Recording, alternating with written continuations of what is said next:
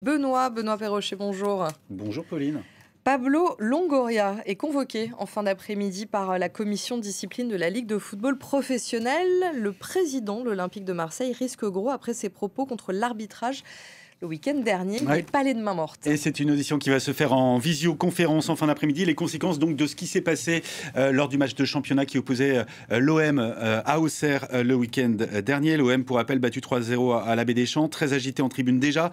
Le président de l'OM, une fois le match terminé, il passe devant les journalistes et lance « c'est de la vraie corruption », accusation visant directement l'arbitre de la rencontre, Jérémy Stina, un arbitre avec lequel il y a déjà un contentieux, il y avait déjà un passif cette année, puisque c'est lui qui avait accusé lors d'un match de Coupe de France Mehdi Benatia de l'avoir menacé, entraînant l'exclusion du directeur du football de l'OM. Dimanche, cette affaire, elle a pris une nouvelle tournure, en tout cas de l'ampleur. Le diffuseur DAZN publie une vidéo sur son compte X. On y voit Pablo Longoria dans les couloirs du stade, hors de lui, donnant des coups de pied dans une caisse métallique. Mais surtout, il y a ses propos. Il s'emporte contre un championnat qu'il qualifie de merde. Il parle de corruption, propos qu'il va répéter à plusieurs reprises, malgré son entourage qui tente de le calmer, qui a bien conscience que toute cette séquence, elle est filmée.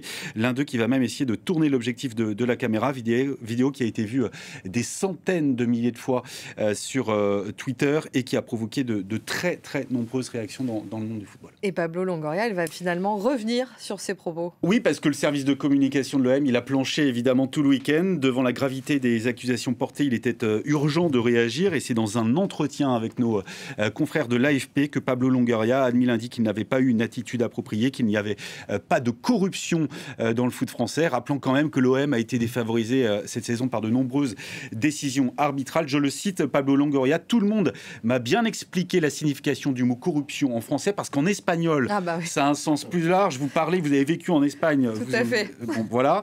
Attention, ça ne justifie rien, mais je n'ai jamais de ma vie pensé à quelque chose comme des échanges d'argent ou des transactions financières. Jamais je ne me permettrai cela. Avant de conclure, un président de club ne peut pas se comporter comme ça. C'est d'ailleurs ce que lui a rappelé la ministre des Sports hier, Marie Barsac, qui l'a renvoyé à son devoir d'exemplarité vis-à-vis des supporters, des jeunes et du foot amateur. Toujours est-il que 111 arbitres ont annoncé qu'en solidarité, ils allaient porter plainte pour diffamation.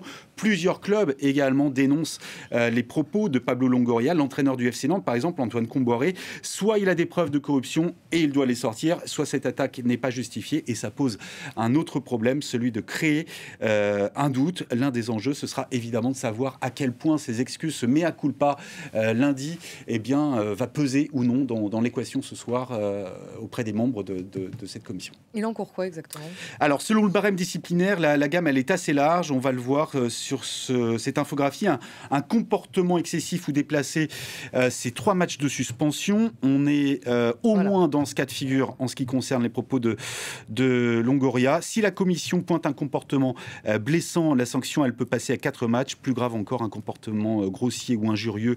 Là, c'est 12 matchs. Et puis, un comportement intimidant ou menaçant, 6 mois de suspension. Si une suspension est prononcée à son encontre, il ne pourra plus siéger non plus au conseil d'administration de la LFP dont il est membre, une sanction qui tomberait au mauvais moment. Vous savez qu'il y a un vrai contentieux, un vrai litige avec le diffuseur DAZN qui menace de ne plus payer.